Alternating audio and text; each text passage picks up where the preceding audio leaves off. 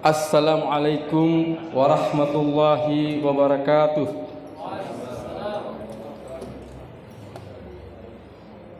Alhamdulillahirabbil alamin. Senantiasa kita bersyukur kehadirat Allah Subhanahu wa taala yang telah memberikan limpahan rahmat, taufik dan hidayahnya kepada kita semuanya, sehingga rutinitas, aktivitas, kegiatan kita diarahkan untuk senantiasa menghambakan diri kepada Allah, bersyukur kepada Allah. Sungguh ini membuktikan bahwasannya manusia itu pada prinsipnya makhluk yang lemah, makhluk yang tiada berkuasa terhadap sesuatu apapun, kecuali yang berkuasa itu hanyalah milik Allah Subhanahu wa taala. Salawat serta salam senantiasa tercurahkan kepada junjungan alam Nabiullah, Nabi besar Muhammad sallallahu alaihi wasallam. Sungguh mulia Allah mengutus Nabiullah Muhammad sebagai jalan kebenaran, hudalin nas, petunjuk bagi manusia, di mana Nabi Muhammad sallallahu alaihi wasallam penutup para nabi, kemudian diturunkan Al-Qur'an sebagai jalan kebenaran, sebagai sebuah jalan yang terang benderang di tengah hidup dan kehidupan. Pada zamannya manusia berada dalam situasi yang sangat sulit, situasi dalam kegelapan yang kita kenal dengan alam jahiliyah. Hari ini sudah hampir 15 abad kita berada di dalam hidup dan kehidupan, mulai dari proses sejarahnya Islam sampai hari ini di tengah alam yang sungguh sangat kontroversial adanya, ya, karena Islam kendati sudah banyak kita rasakan kenikmatan karena Islam, akan tetapi juga banyak juga di antara kita seolah Islam jati dirinya, ya, terkadang, ya, dulu kan kita kenal dengan Islamfobia, ya. Islamfobia ini, ya, di mana kehidupan itu kalau kita, ya kan, berada dalam lingkungan publik misalnya, ya, lingkungan perkantoran, dinas atau apalah, seolah-olah agama itu hanya pribadi saja, ya, intinya kan. Bahkan ketika waktu-waktu tertentu saja, ya, begitu malu rasanya kita itu izin pimpinan, saya ingin melaksanakan sholat, kira gitu. Nah, begitulah kehidupan di awal-awal, maka dikenal dengan Islamfobia, kan. Jadi seolah-olah Islam itu menjadi rasis, ya, iya kan, menjadi rasis istilahnya, kan, menjadi sara lah, politik sara, gitu kan. Begitu perkembangannya, ya kan. Sehingga kalau sekarang ini, ya, contoh yang kita lakukan ini, misalnya sekarang kita rutin setiap Senin sampai dengan hari Kamis kita laksanakan kajian-kajian yang memperlihatkan identitas keislaman kita. Padahal Islam itu sendiri, ya, universal, ya, sejatinya agama kehidupan sebetulnya, ya. Tidak saja bicara kita tentang hablu minallah semata-mata, barangkali juga ada hablu minan nas, yang dimana hablu minan nas ini kan pendekatannya itu kan pendekatan ke arah struktural, di mana Islam itu hadir di tengah-tengah kehidupan negara, kira-kira gitu kan. Ini prinsipnya, artinya orang beribadah itu tidak saja beribadah yang tidak ada hubungannya dengan kehidupan sebetulnya. Ibadah itu, ya, dunia juga, ya, dari kehidupan negara juga. Intinya begitu, kan. Jadi Islam itu hadir di semua aspek kehidupan.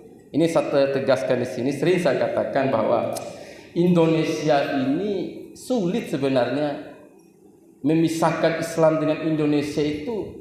Reasoningnya di mana, gitu kan, pertanyaannya, kan. landasan hukumnya gimana kalau misalkan Islam dengan negara kira gitu. Tiba-tiba ada orang mau memisahkan agama itu cukup dalam kehidupan pribadi. Inilah yang kemudian orang menganggap Islam itu fobia, Islam itu ya rasis ya. Padahal Islam itu kan membawa kedamaian, ajaran kemanusiaan. Ya. Bahkan di Indonesia bahkan di pembukaan kita itu luar biasa kan. Indonesia hadir berkat rahmat Allah. Ya kan mungkin kalau kata Tuhan itu sendiri mungkin bisa diterjemahkan ke dalam ajaran-ajaran agama lain mungkin ya. Tapi kalau berkat rahmat Allah.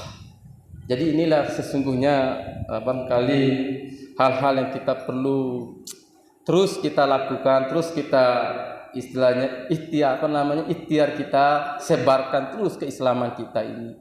Ini salah satu contoh nih setiap hari Senin sampai Kamis ini. Ya, lantas ini merupakan sebuah hal yang luar biasa ya mas saya. Kita melakukan kegiatan-kegiatan yang sifatnya keumatan.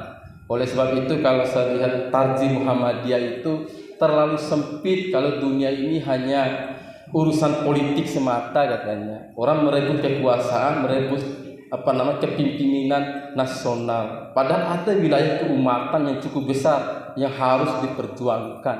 Tidak saja pendekatan politik semata. Kita kan selalu bicara nanti ketika saya mendapatkan kekuasaan saya bisa merubah sebuah keadaan ini. Ya tentu bukan itu esensinya. Dengan profesi apapun kita bisa mengubah keadaan ini dengan lebih baik. Ya kan, orang hukum ya jadilah penegak keadilan, penegak kebenaran. Dengan profesi apapun itu, semua kita arahkan untuk apa sih? Memfungsikan bahwa kita ini sebagai khalifah. Tentu khalifah kan dengan tanggung jawab yang banyak sekali, dengan beragam profesi. Jadi itulah esensinya bahwasannya dengan profesi yang kita miliki ini pada prinsipnya adalah medan pengabdian. Ya. Saya sering menyatakan ke mahasiswa saya bahwa belajar hukum itu tidak serta-merta kita memisahkan antara agama dengan dunia. Padahal esensinya belajar hukum itu kan menebarkan keadilan sesuai dengan kemampuan kita, sesuai dengan kapasitas kita masing-masing. Jadi Bapak sekalian, jadi intinya bahwasannya sungguh luar biasa lah mencatat dari beberapa literatur yang saya lihat ya dari masa ke masa. Indonesia itu sungguhnya menarik sebenarnya, menarik. Keislaman di Indonesia itu menarik. Ya, jadi Islam di Indonesia ini Islam yang dibangun dengan konsep-konsep ya selain daripada tadi dibicarakan mengenai urusan pribadi, ternyata Islam di dunia ini masuk ke panggung-panggung sejarah ketatanegaraan. Itu yang saya lihat di dalam kehidupan ketatanegaraan Indonesia itu. Jadi mula-mula orang berpikir apa sih dasar negara kita ini? Belum kita merdeka saja, para pendiri bangsa apa landasan bernegara kita ini? Ada kemudian pikirannya kemudian lahir pikiran berlandaskan Islam sebagai dasar negara. Itu lahir Islam sebagai landasan. Kemudian dua golongan kekuatan Islam dan kekuatan nasionalis pada saat itu muncul ini. Ya kita bahkan sudah terjadi itu ketuhanan dengan menjalankan syariat Islam bagi pemeluk-pemeluknya. Itu terjadi pada tanggal 22 Juni 1945 yang kita kenal dengan Piagam Jakarta. Luar biasa. Jadi kondisi keislaman kita itu sudah masuk ke sana.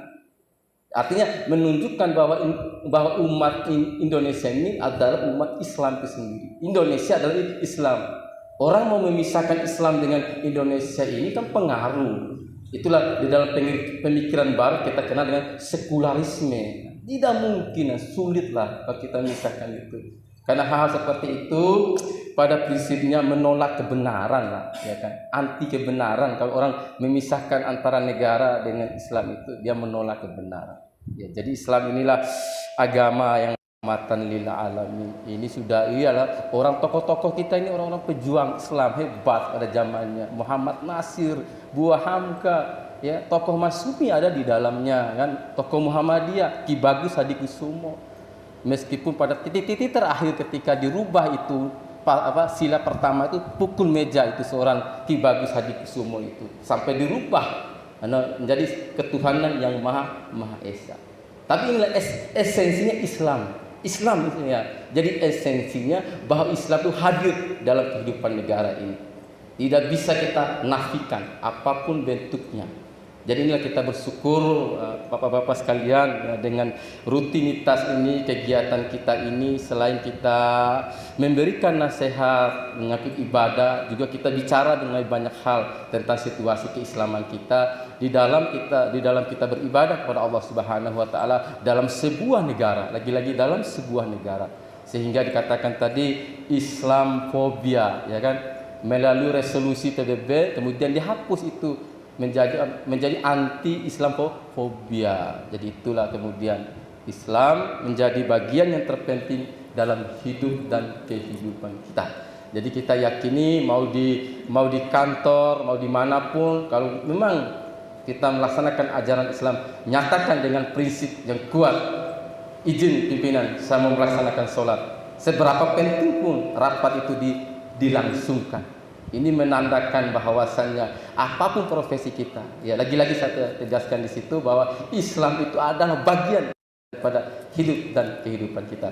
Barangkali itu yang dapat kami sampaikan. Mudah-mudahan bermanfaat untuk saya pribadi dan seluruh jamaah sekalian. Billahi fi sabilil haq fastabiqul khairat. Wassalamualaikum warahmatullahi wabarakatuh.